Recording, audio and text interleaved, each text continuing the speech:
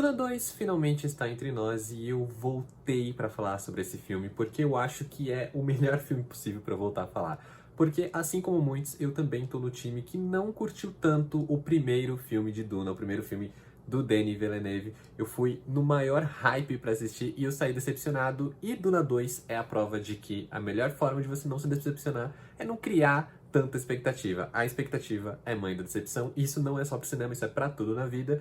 E acabou que Duna 2 me surpreendeu muito. Eu não apenas amei o filme, como eu achei que essa parte 2 é mais do que apenas uma sequência, é uma aula de como se construir o épico. E eu digo isso sem necessariamente chamar o filme de obra-prima. Eu digo porque finalmente agora eu senti que o Villeneuve ele conseguiu fazer o que ele queria desde o primeiro filme, que era essa construção do épico, que no Duna 1 pra mim não funcionou tão bem, mas agora funcionou perfeitamente, não apenas trazendo novos conceitos, expandindo esse universo, expandindo a política, a religião e todos os detalhes desse universo, mas finalmente contando uma história que pra mim faz muito mais sentido.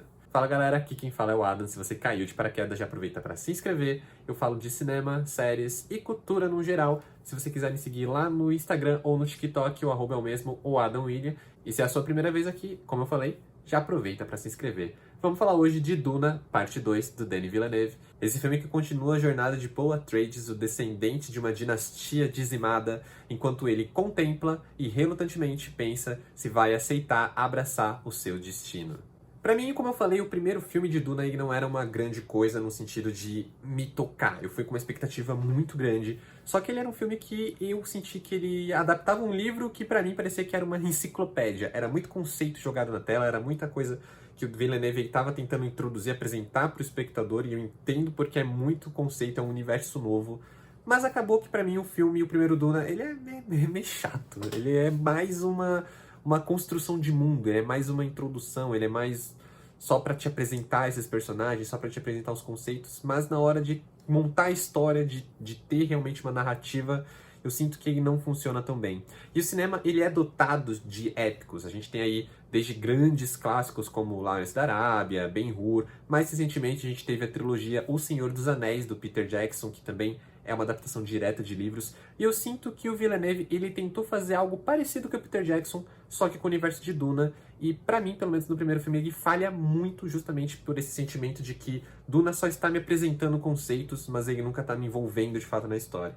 Já o Duna 2, eu senti o contrário. Não que ele não apresente conceitos, eu imaginava que ele ia aproveitar a base do primeiro e agora ele ia partir pra história. E não, ele ainda apresenta conceitos, ele ainda apresenta personagens, mas ele vai além. Pra mim, agora sim, a gente tem uma história, a gente tem muito a se falar. E é como eu falei, pra mim é uma construção de um épico. Agora sim eu consegui sentir, não apenas no visual estonteante desses filmes, mas na narrativa e em todos os outros aspectos que eu vou falar a seguir.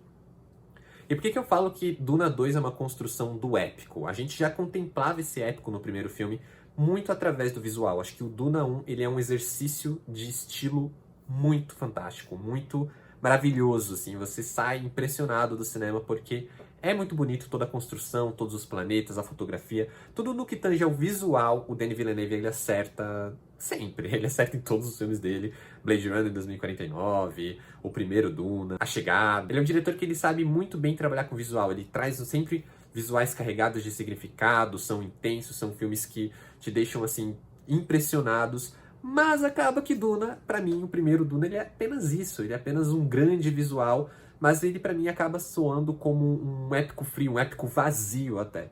Já nesse segundo eu sinto muito diferente, porque o diretor ele não apenas ele traz uma essência muito maior da história, que eu entendo por que ele está contando essa história, eu entendo sobre o que é essa história, e não é apenas uma história de um escolhido, de uma profecia que está destinada a salvar.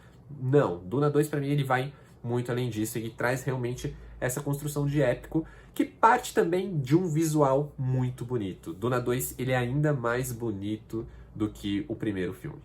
Aqui nesse segundo filme, por exemplo, a gente tem muitos exercícios meio que dentro do grande exercício macro de visual, como por exemplo uma sequência em preto e branco que parece que é apenas uma coisa visual, mas não, tem todo um significado, tem todo um motivo para ele usar o preto e branco especificamente em uma cena, especificamente para um personagem. E isso tudo faz sentido dentro dessa construção, que como eu falei, Duna 2 ele tem muito significado. Parece que não, para muita gente eu acho que vai continuar soando talvez como um épico vazio, é um exercício visual muito bonito e é só. Mas ele tem muito significado, porque é uma história muito densa. E aqui a gente entra naquele debate de eu só quero me divertir, quero desligar a cabeça e ver o meu filminho, ver a minha historinha. E cara, Duna é uma história muito política. E mais do que política, ela traz até muita coisa religiosa, fala de Guerra Santa, tem todo um lance de trabalhar a vinda de um Messias e de como as nossas crenças nos cegam. Mas a gente chega lá, porque como eu falei, esses filmes, eles acabam sendo... o primeiro filme é muito introdutório, ele é muito uma construção de mundo, é muito um world building, digamos assim. Já esse segundo, eu poderia falar que ele não é um world building, mas ele ainda é, porque o Villeneuve, ele tá idealizando isso como uma trilogia, o que eu acho muito bom, porque eu adoro trilogias, eu acho que é o formato perfeito de contar uma história, começo, meio e fim, e fechou.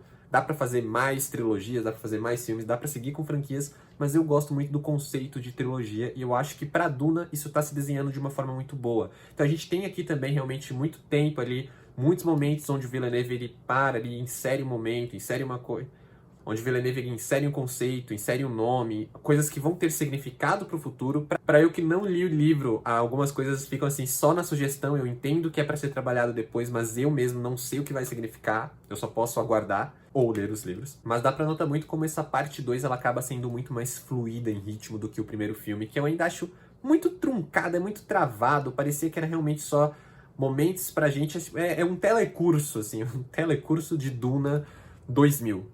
Enquanto aqui não, aqui os conceitos eles parecem estar surgindo sempre de forma mais amarrada à história, que é realmente o aspecto mais primordial dessa parte 2. O Villeneuve está se empenhando em trazer uma história, em contar uma história, em dar um significado e levantar esse significado, e ele pontua esse significado em vários momentos, com diálogos, com personagens, com ações, com um clímax muito maravilhoso. E tudo isso para no final ele chegar e realmente, dessa vez, concluir o filme, concluir melhor o ciclo narrativo, que eu acho que não faz isso tão bem no primeiro filme, mas é claro, para deixar tudo ali em aberto para vindoura terceira parte, que eu torço muito para que saia, porque dessa vez eu tô empolgado para ver a continuação. Eu não me senti enganado como me senti no primeiro, onde parecia que ele só estava construindo para o futuro, e aqui não. Aqui, embora tenha claramente ele esteja construindo algo para o futuro, ele esteja construindo um caminho para ser trilhado, ele está empenhado em entregar a melhor experiência que ele conseguir. E eu acho que isso vai variar muito pro público, vai variar entre os que leram o livro, entre os que não leram o livro, entre os que gostaram do primeiro filme, entre os que não curtiram. Eu, como uma pessoa que não curti tanto o primeiro filme, entrei agora nesse segundo, mais ali porque eu queria ver, porque eu gosto de ver tudo, e não necessariamente porque eu tava de fato empolgado. Eu acho que ele acabou conseguindo me surpreender muito bem, justamente por ele me amarrar melhor a história e passar pra mim esses significados que, como eu falei, tem tudo ali a ver com essa figura messiânica, que é o Paul Atreides, interpretado pelo Timothée Chalamet. E esse moleque é muito bom. O Timothée já vem chamando a atenção há muito tempo, mas aqui ele traz uma carga que eu acho até interessante a escolha de elenco que a gente teve, porque no primeiro filme pareceu o Paul Atreides, ele parecia mais aquele papel padrãozinho do Timothée Chalamet, e aqui não. Aqui a gente vê o Timothée ele aplicando realmente uma atuação muito mais interessante, muito mais profunda, com muito mais camadas. Acaba fazendo sentido essa escolha de elenco justamente pra gente ver como essa figura vai se desdobrar, todas essas camadas que a gente tem várias cenas ali com o Paul Atreides do Chalamet segurando, batendo no peito o filme e trazendo esse ar de personagem que ele vai ser muito mais grandioso para esse universo do que o que a gente tá vendo aqui.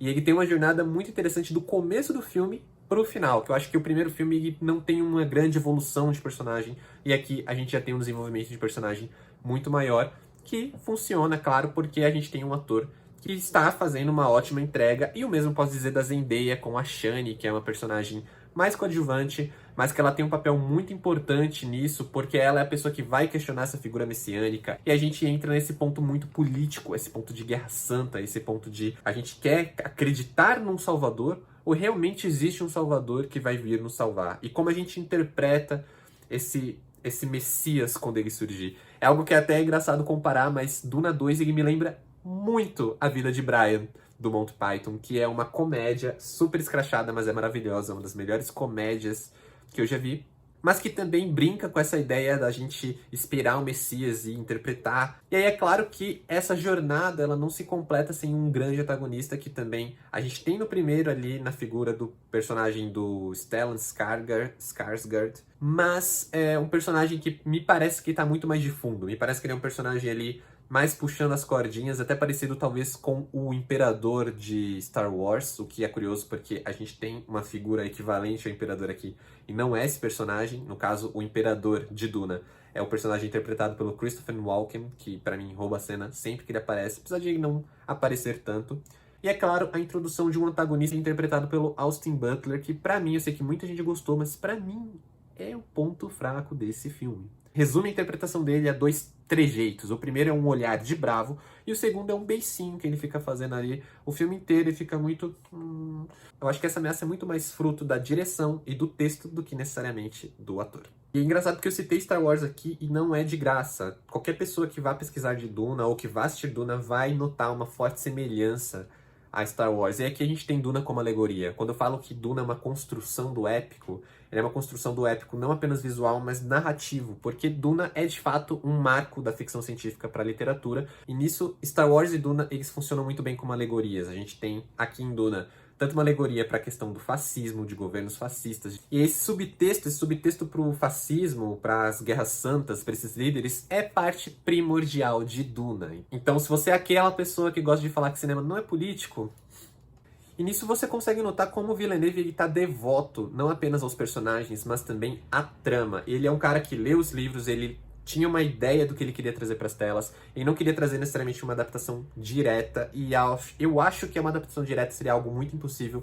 porque apesar de Duna 1 e 2 somar mais de 5 horas de filme, ainda soa corrido para trazer tudo do livro. Tem momentos ali que você vê que o filme tá corrido. Mas o Villeneuve, ele sabia muito bem o que ele queria extrair dos livros. Eu não digo quais passagens, quais momentos, quais diálogos, quais personagens, mas o sentimento, qual é a essência dos livros de Duna. Dessa vez o Villeneuve ele conseguiu fazer a gente se envolver com Duna. A gente se envolve com os conflitos, a gente se envolve com esses personagens e a gente está finalmente emocionalmente cativado por essa história.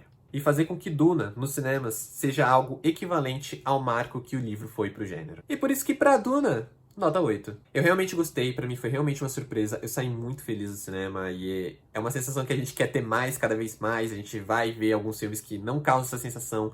E é muito legal ver uma continuação que consegue me entregar aquilo que eu já tinha parado de esperar, porque justamente o primeiro filme não conseguiu me entregar. Aqui a gente tem atuações grandiosas, uma trilha sonora grandiosa. Obrigado, Hans Zimmer. Um visual grandioso, mas principalmente uma narrativa envolvente, que eu acho que faz toda a diferença quando a gente fala de construir uma história épica. Obrigado por assistirem até aqui, não se esqueça de deixar um like no vídeo. Obrigado a quem assistiu até aqui, não se esqueça de deixar um like no vídeo. Como eu falei, se inscreve no canal se você é... Se inscreve no canal se for sua primeira vez aqui. Valeu, falou e até mais.